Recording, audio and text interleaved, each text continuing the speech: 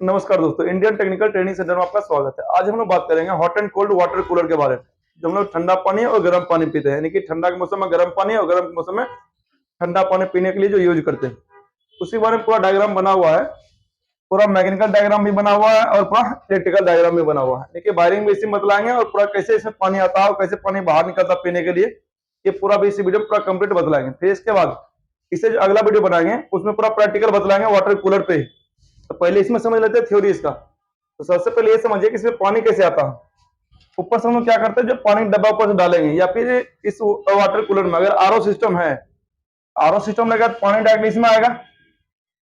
पहले इस टंकी में पानी आएगा ना, ये पहला टंकी आएगा, इसको कोल्ड वाटर बोलेंगे। इस टंकी में आएगा और ठंडा पानी इसमें कैसे होगा वो आगे बतलाएंगे। इस टंकी में जैसे ही पानी आएगा उसके बाद क्या होगा इसमें, कि इसमें से पानी दिख रहा होगा कि दो पाइप इसमें से निकलता है। एक पाइप जो जा रहा है बाहर की तरफ और एक पाइप जो आ रहा है दूसरे टंकी में। इस टंकी से पानी दूसरा टंकी में पहुंचेगा और इसी टंकी से पानी बाहर पीने के लिए जाएगा। जब दूसरा टंकी में आएगा तो दूसरा टंकी से पानी जो है जब फुल होगा, इस टंकी में ओवर पानी रहेगा, इस पानी के प्रेशर से क्या होगा, जैसे यहाँ नल खोलेंगे तो यहाँ से ही पानी बाहर निकलेगा, इस तरह से पानी बाहर निकलेगा। अब ठंडा और पानी गर्म। यहाँ पर पहले समझिए, ये जो है ये कोल्ड वाटर टंकी है, कोल्ड टैंक, और ये जो रहेगा हॉट टैंक, हॉट टैंक रहेगा। अब कोल्ड टैंक में क्या होगा, इसमें ठंडा पानी होगा। ठंडा ठंडा कैसे होगा, पीछा देखेगा कंप्रेसर। जो भी लोग फ्रिज इसमें पड़े हुए, फ्रिज या एसी, उसको पूरा समझ में आ जाएगा। जो एसी फ्रिज नहीं पड़े हुए उसको समझ में आने वाला नहीं है। यहाँ पर समझिएगा जी, यहाँ पूरा कंप्रेसर है। कंप्रेसर का हम सबको मालूम है, इसमें डिस्चार्ज रहेगा, सेक्शन रहेगा, चार्जिंग रहेगा। इसमें जो कंप्रेसर ये 5 पाइप वाला कंप्रेसर है। नॉर्मल जो एसी टेक्नीशियन होंगे या फ्रिज के टेक्नीशियन होंगे उसको सिर्फ 3 पाइप या 2 पाइप पड़े होंगे। कंप्रेसर में कितना पाइप निकलता, 2 पाइप या 3 pipe. Rotary compressor 2 pipe, hermetic compressor है तो 3 पाइप। लेकिन यहाँ पर हार्मेटिक कंप्रेसर है लेकिन 3 पाइप नहीं 5 पाइप निकलेगा। और 5 पाइप किसके लिए रहेगा ये पहले समझ लीजिए कंप्रेसर के बारे में, फिर यहाँ पर बदलाते हैं। जो कंप्रेसर है यहाँ पे, तो इसमें जो है ये जो नीला कलर दिख रहा ना, ये डिस्चार्ज लाइन हो जाएगा। डिस्चार्ज लाइन से जब निकलेगा यहाँ से तो किस में चल जाएगा, कंडेंसर कॉइल में, और कंडेंसर कॉइल से फिल्टर, फिल्टर के बाद पतला पाइप जो रहता है कैपिलरी। इसका क्या काम है वो आगे रेफ्रिजरेशन साइकिल में पूरा बतलाए हुए। कैपिलरी ट्यूब से कहां चला जाएगा, कूलिंग कॉइल। और जो कूलिंग कॉइल है ये कोल्ड टंकी दिख रहा है ना, कोल्ड टंकी के बेस में नीचा और उसके साइड में पूरा लपेटा हुआ रहता है। तो नीला कलर दिख रहा है पूरा लपेटे हुए हैं, इस पूरा कूलिंग कॉइल मोटा पाइप लपेटा हुआ रहता है। और जो लपेटा हुआ कैपिलरी ट्यूब गया कूलिंग कॉइल में, कूलिंग कॉइल से रिटर्निंग पाइप भी आएगा। रिटर्निंग पाइप देखिए ये आ रहा है और कैपिलरी ट्यूब जा रहा है। रिटर्निंग पाइप कहां चला जाएगा, सक्शन लाइन के जरिए कंप्रेसर में, यानी डिस्चार्ज लाइन से बाहर निकला। डिस्चार्ज लाइन से कैसे बाहर निकला, कंप्रेसर से, और रिटर्निंग सेक्शन लाइन से गैस अंदर आ गया। ये तो गया सेक्शन और डिस्चार्ज लाइन से। और इस तरह से क्या होगा, यहाँ ठंडा हो जाएगा और इधर गर्म हो जाएगा।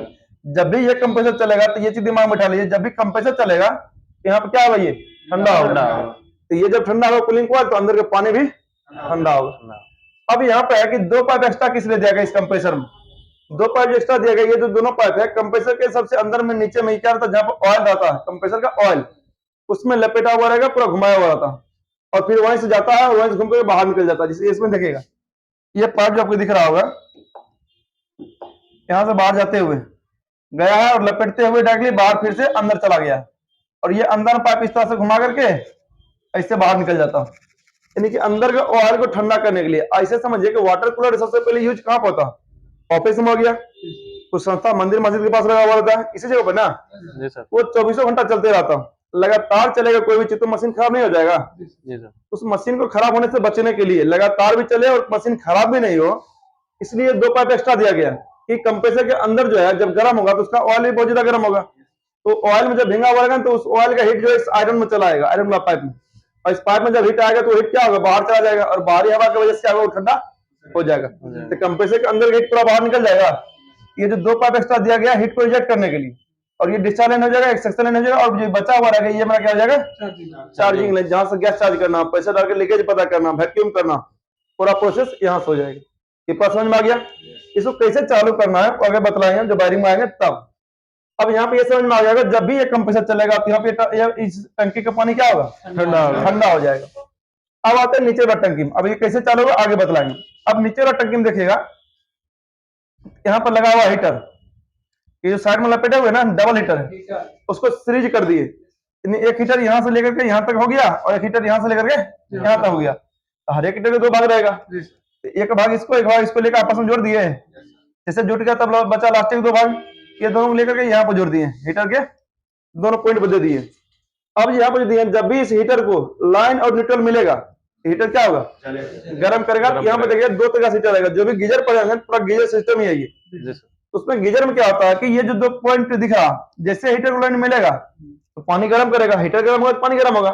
बस ये हीटर देखना, ये चीज इसको बोलते हैं हीटिंग एलिमेंट। देखना ये चीज कि ये टंकी के बाहर है कि अंदर है, दोनों तरीका से आता है, कुछ में टंकी के बाहर आता है, कुछ में टंकी के अंदर आता है।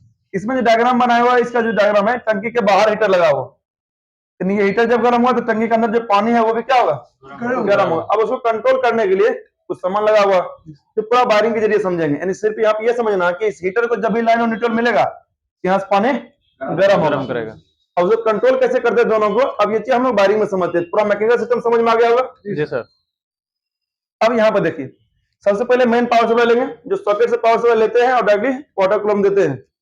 जैसे पावर सप्लाई लेंगे तो एक न्यूट्रल होता है और एक लाइन फेज रहेगा। अब यहाँ जब फेज आगे बढ़ेगा लाइन, तो आगे देखना पहले कंप्रेसर चलाना और मेन दो हमको इसको एक हीटर को चलाना, दो ही चीज है, एक कंप्रेसर को और एक हीटर को। पहले कूलिंग सिस्टम देख लेते हैं, उसके बाद हीटिंग सिस्टम देखेंगे। यहाँ पर जो कूलिंग सिस्टम है, तो यहाँ पर एक पहले स्विच लगा हुआ, पहले तो कनेक्टर होगी, ये पूरा दिख रहा है ना, ये पूरा क्या हो जाएगा, कनेक्टर क्या हो, जो पावर सप्लाई इधर देंगे वही आगे से निकलेगा, जो यहाँ पर दिया वही आगे से निकलेगा, जो यहाँ पर दिया वही आगे से निकलेगा। अब कनेक्टर पे जो पावर सप्लाई दी है, यहाँ से पावर सप्लाई किस पे चला जाएगा, स्विच पे, कूल ऑन ऑफ स्विच। आपको पीछे में लिखा हुआ रहेगा स्विच, कौन सा स्विच, कोल्ड स्विच। यानी कि इस बटन में जब दबाएंगे तो कंप्रेसर चालू होगा, इस बटन में जब ऑफ करेंगे तो कंप्रेसर बंद हो जाएगा। हमको चाहिए ठंडा पानी गर्मी के मौसम में, इस बटन में दबाएंगे, जैसे इस बटन में दबाएंगे इसमें से लाइन इसमें आ जाएगा, इसमें से लाइन आगे बढ़ेगा। यहाँ जब लाइन आगे बढ़ेगा किस में चला जाएगा, थर्मोस्टेट में। ये जो है पूरा इसको क्या बोलेंगे, थर्मोस्टेट स्विच। और ये जो काम करता है माइनस में ऑफ हो जाएगा, प्लस में ऑन रहेगा। तो थर्मोस्टेट जैसे लाइन दी है तो गर्मी के मौसम में पानी गर्म रहेगा, तो पानी जैसे यहाँ इसमें जो है थर्मोस्टेट ऑन रहेगा, यहाँ से निकलेगा डायरेक्टली करंट कहाँ चला जाएगा, डायरेक्टली कंप्रेसर ऑयल पे होते हुए कॉमन पे चला जाएगा। और न्यूट्रल जब देखिएगा यहाँ पर न्यूट्रल, यहाँ से न्यूट्रल डायरेक्टली जा रहा है, न्यूट्रल यहाँ से डायरेक्ट आगे बढ़ रहा, डायरेक्ट कंप्रेसर रिले पे चला गया, और रिले पर रनिंग स्टार्टिंग कैपेसिटर लगा हुआ रहेगा। यहाँ मेन पास रिले पे चला जाएगा और डायरेक्टली ऑयल पे चला जाएगा, ऑयल पे होते कॉमन पे, रिले रनिंग स्टार्टिंग पे चला जाएगा। यानी कंप्रेसर चालू हो जाएगा, कंप्रेसर चालू हुआ पानी ठंडा होना शुरू हो जाएगा। अब जैसे ठंडा होना शुरू होगा, मान लीजिए पूरा पानी ठंडा हो गया, तो बंद भी तो करेगा, अगर ये बंद नहीं करेगा ये ठंडा करते रह जाएगा। जब ठंडा करते रह जाएगा तो अंदर पूरा पानी क्या होगा, आइस फॉर्म में चलाएगा, बर्फ बन जाएगा, फिर पानी पिएगा कौन, बाहर निकलेगा कैसे पानी, है कि नहीं। उसके लिए जाएगा थर्मोस्टेट, जैसे पानी ठंडा में जाएगा माइनस में जाना शुरू होगा, ये थर्मोस्टेट क्या करेगा, कट आउट कर देगा, बीच में कट ऑफ कर देगा। यानी अब पता कैसे चलेगा कि ठंडा हो गया है, थर्मोस्टेट में कैपिलरी ट्यूब निकला हुआ होता है और इसके अंदर भरा हुआ होता है SO2 गैस, ये सेंस करता है कि अंदर में ठंडा कितना हुआ, और जैसे सेंस कर, ये सेंस जो है यहाँ तक पहुंचेगा, जैसे पहुंचे उस टेम्परेचर के आधार पर यहाँ पर स्प्रिंग जो है फैलता है और सिकुड़ता है, उसके आधार पर क्या ऑन ऑफ करते रहता है। यहाँ पर पूरा समझ में आ गया होगा कैसे ऑन ऑफ करता है। यानी जैसे पानी ठंडा हो जाता है थर्मोस्टेट क्या ऑटोमेटिकली ऑफ हो जाएगा, जैसे पानी गर्म हो जाएगा फिर से क्या करेगा, ऑन हो जाएगा। इस तरह ठंडा गर्म कंट्रोल कर लेगा। अब आता है हीटिंग के लिए, हीटिंग कैसे कंट्रोल करता, तो देखिएगा यहाँ पर सबसे पहले न्यूट्रल पावर सप्लाई पकड़ते हैं, जो न्यूट्रल पावर सप्लाई यहाँ से, अब ये नीचे देखिए कहाँ जा रहा है, डायरेक्टली अंदर जा रहा है हीटिंग के पास। जब वहां पर गया डायरेक्टली ये पहुंचा है, ये देखिए यहाँ पर लिखे हुए हैं हीटिंग एलिमेंट, ये चीज जो है हीटिंग एलिमेंट है। हीटिंग एलिमेंट का दो सिरा, एक सिरा पर डायरेक्टली पावर सप्लाई पहुंच गया, दूसरा सिरा पर जैसे लाइन मिलेगा तब जाके हीटर ऑन होगा और गर्म करना शुरू करेगा। लेकिन अभी सिर्फ न्यूट्रल पहुंचा है, लाइन अभी नहीं पहुंचा। तो लाइन जब पहुंचने के लिए यहां से देखिएगा, तो यहां से लाइन इधर आ रहा है और लाइन यहां से कहां चल गया, जैसे ऊपर में कोल्ड स्विच है ना, यहाँ पर हॉट स्विच, यानी हमको ठंडा का मौसम अब गर्म पानी चाहिए, तो गर्म पानी के लिए हम फिर हॉट स्विच को ऑन करेंगे।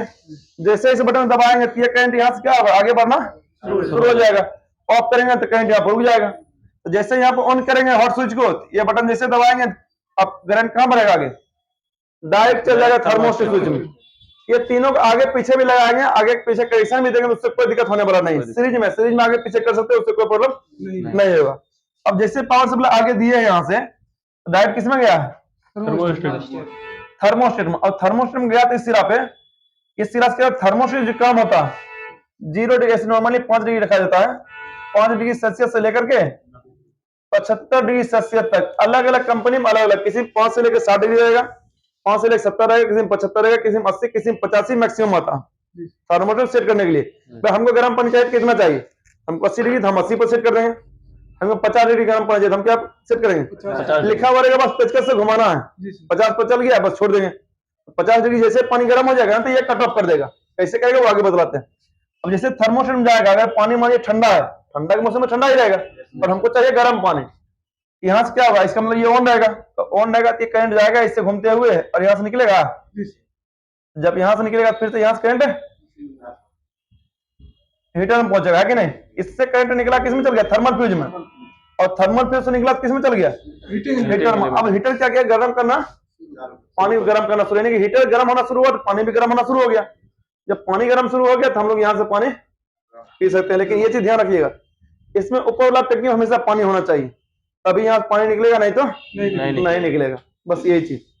अब यहाँ पे पानी गर्म करना शुरू कर दिया, पानी पूरा गर्म हो गया। अभी कोई पी नहीं रहा, मान लीजिए, या पी रहे, मान लीजिए ओवर 50 डिग्री चाहिए, 50 डिग्री गर्म हो गया। 50 डिग्री गर्म होने के बाद कट ऑफ कौन करेगा? यहाँ तो भाई स्विच है, ये तो मैनुअली है, हम लोग खुद से दबाएंगे तो ऑफ होगा, नहीं तो ऑफ नहीं होगा ऑटोमेटिकली। से इसमें कोल्ड के लिए थर्मोस्टेट काम कर रहा था, उसी तरह हॉट के लिए यहाँ पर भी एक थर्मोस्टेट लगा हुआ रहेगा, थर्मोस्टेट स्विच। ये क्या करेगा? सबका निर्भर के काम के अनुसार, कैसा जगह पर थर्मोस्टेट लगा हुआ, थर्मल फ्यूज लगा हुआ, उसके अनुसार ये पूरा काम करेगा। अब यहाँ पे हीटिंग के अनुसार है, तो यहाँ पर जो थर्मोस्टेट काम करेगा 5 डिग्री से लेकर के 75 डिग्री, निर्भर करेगा हम सेट कितना पे किए। अगर सेट किया 70 डिग्री, तो 70 डिग्री जैसे अंदर का पानी गर्म हो जाएगा, 70 डिग्री बाद क्या करेगा? ये ऑफ कर देगा। ऑफ कैसे करेगा? जो लाइन यहाँ से इधर आता हो रहा था ना, ये लाइन क्या करेगा? कट ऑफ कर देगा। लाइन यहाँ पे इनपुट तो आएगा, लेकिन आउटपुट निकलेगा नहीं, जिसका हीटर तक जाएगा नहीं। जब हीटर तक जाएगा तो हीटर ऑन होगा? नहीं होगा, ऑन नहीं होगा, है कि नहीं? अब जो है यहाँ पे जैसे फिर से ठंडा होगा पानी, फिर से क्या होगा? ऑन कर देगा। इस तरह ठंडा गर्म होगा। मान लीजिए अब किसी कारण से ये थर्मोस्टेट खराब हो गया और लाइनें नहीं कट रहा, अगर ऑफ स्टेज में खराब हो गया तो फिर तो ऑन नहीं होगा, गर्म करेगा नहीं। अगर ऑन स्टेज में खराब हो गया, है कि नहीं? अगर ऑन में खराब हो गया, फिर तो मानिए 70 डिग्री सेट किया, 70 डिग्री गर्म हो गया, फिर भी कट ऑफ नहीं कर रहा, तब क्या होगा? पानी ओवर हीटिंग होगा, अधिक गर्म होगा। अगर ये ऑन स्टेज में खराब हुआ तो ओवर कूलिंग होगा, ये खराब हुआ तो ओवर हीटिंग होगा, अधिक गर्म करेगा। मानिए सेट के 50 डिग्री हो जाएगा 70, 80, 90, 100 ऐसे गर्म करेगा। उसके लिए एक और सेफ्टी लगा हुआ, कौन सा? Thermal cutout, thermal fuse. और थर्मल फ्यूज के, या थर्मल फ्यूज बोलिए चाहे थर्मल कटऑफ बोलिए, एक ही नाम है। ये क्या करेगा कि 95 डिग्री सेल्सियस प्लस या 90 डिग्री सेल्सियस, सब में अलग अलग आता है। 90 से 95 लगभग सही में आता। तो 90 या 95 डिग्री सेल्सियस जब पानी गर्म हो जाएगा ना, मान लीजिए जब ये कट ऑफ नहीं भी किया, 90 या 95 डिग्री सेल्सियस पानी गर्म हो जाएगा, तो ये जो थर्मल फ्यूज है या थर्मल कट ऑफ है, ये क्या करेगा? ये बीच से कट ऑफ करेगा। यहाँ से जैसे ये कट ऑफ करेगा, अब हीटर बंद हो जाएगा, अब हीटर बंद हो जाएगा, फिर पानी गर्म करना बंद कर, तब ये कंट्रोल करेगा। बात समझिए? अब सेट टेम्परेचर अनुसार ये काम नहीं करेगा। अब रहेगा कंपोनेंट चेक कैसे करेंगे? मैकेनिकल सिस्टम में कुछ चेक करने की जरूरत है नहीं, इलेक्ट्रिकल सिस्टम में। तो जब इसमें देखिएगा ऑन ऑफ स्विच ऑन करेंगे तो ऑन बदलाएगा, ऑफ करेंगे तो ऑफ बदलाएगा। ये तो कंटिन्यूटी चेक कर लीजिए दोनों चीज। अब थर्मोस्टेट, थर्मोस्टेट क्या करिए? जब मानिए पानी की गर्म है, या ये पूरा मानिए कि ठंडा में नहीं है, गर्म है, ये ऑन रहेगा। तो ऑन रहेगा तो यानी कि दोनों पॉइंट में जब लीड को रखेंगे मल्टीमीटर कंटिन्यूटी पे सेट करके, ये बीप का आवाज बताना चाहिए। अब उसी तरह से जब इस पे चेक करेंगे थर्मोस्टेट इसका, ये भी बीप का आवाज बताएगा। थर्मल फ्यूज ये भी बीप का आवाज बताएगा। हीटर ये रेजिस्टेंस के साथ बताएगा। हो सकता है रेजिस्टेंस अगर हाई होगा बीप का आवाज यहाँ पे नहीं देगा, लेकिन ये रेजिस्टेंस बताएगा, बाकी दोनों बीप का आवाज देगा।